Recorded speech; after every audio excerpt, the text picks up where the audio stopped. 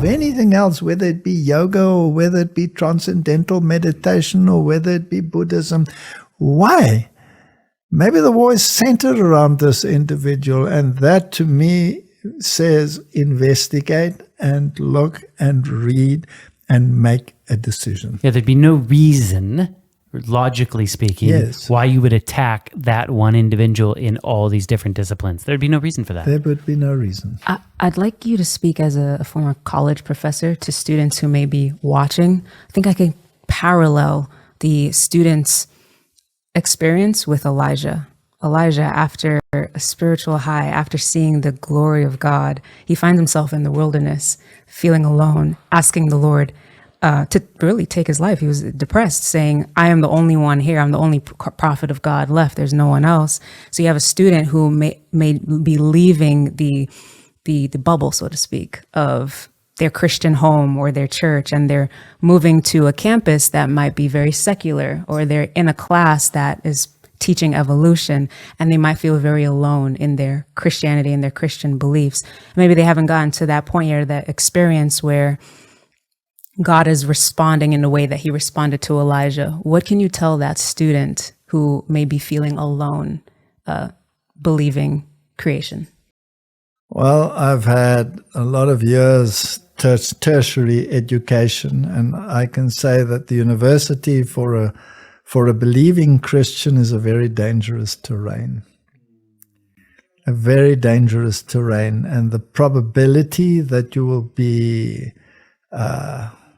drawn away from your belief system is very great, and there's a tremendous amount of peer pressure involved as well. And if you put all that together, it is a dangerous terrain for a believer. That doesn't mean that I'm saying don't get an education. But what I am saying is, if you are a believer, fortify yourself. Mm-hmm. Fortify yourself in the terrain that you are going to. Not all terrains are equally aggressive. If you're going to zoology or biology, you're going to be aggressively confronted with an atheistic mindset. If you go into something else like, social sciences and all of these, then the pressure is not so great. But if you're going into a scientific sphere and you are a believer, then fortify yourself. Make sure you understand the issue so that you are not drawn away by counter arguments. Would you be in the mindset to basically say, look into this a little bit and understand what these arguments are coming so that you'll be prepared for them when they do come? Yes. Yeah. Yes, do that. And if you're going to be studying, let's say, medicine, you're going to be confronted with zoological thinking because it's part of the first year course and the introduction.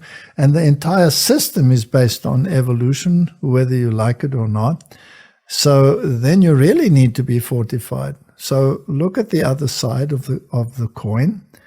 And then the students always ask me, how do I answer something like this? I do not want to answer it. I said, no problem answering the question. According to the theory of evolution, this is how it works. And you're right exactly what the textbook says. Yeah. You have not compromised your faith.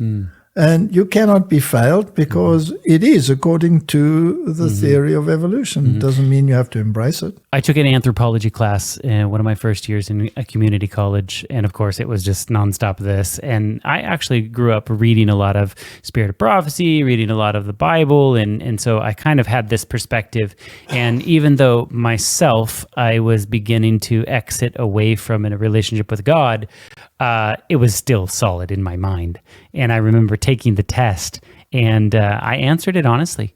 And I was like, no, that's not where we came from. And I got a bad grade. I went back to the teacher and I said, you know what, this is what I believe and here's why.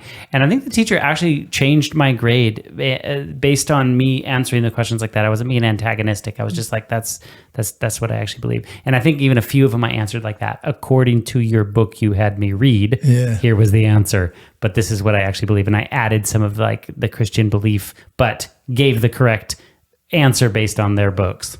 In your actual answer in the exam, that's not the best place to state your case. Yes.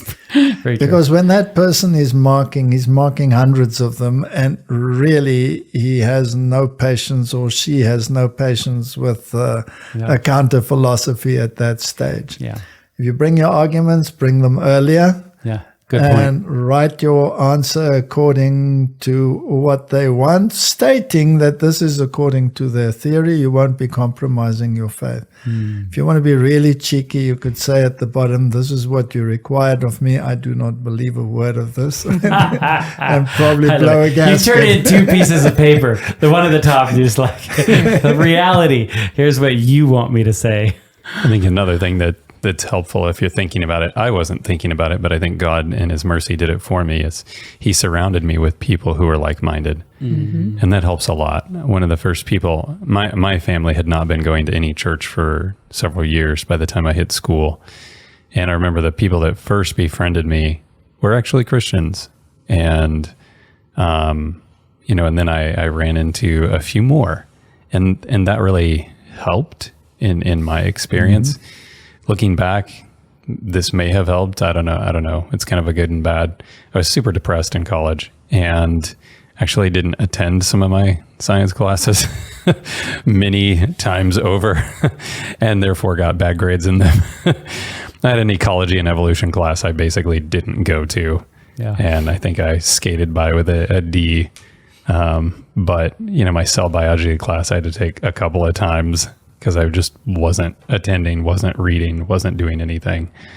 But having good friends, having a good network of people to collaborate and share ideas with and study the Bible is helpful.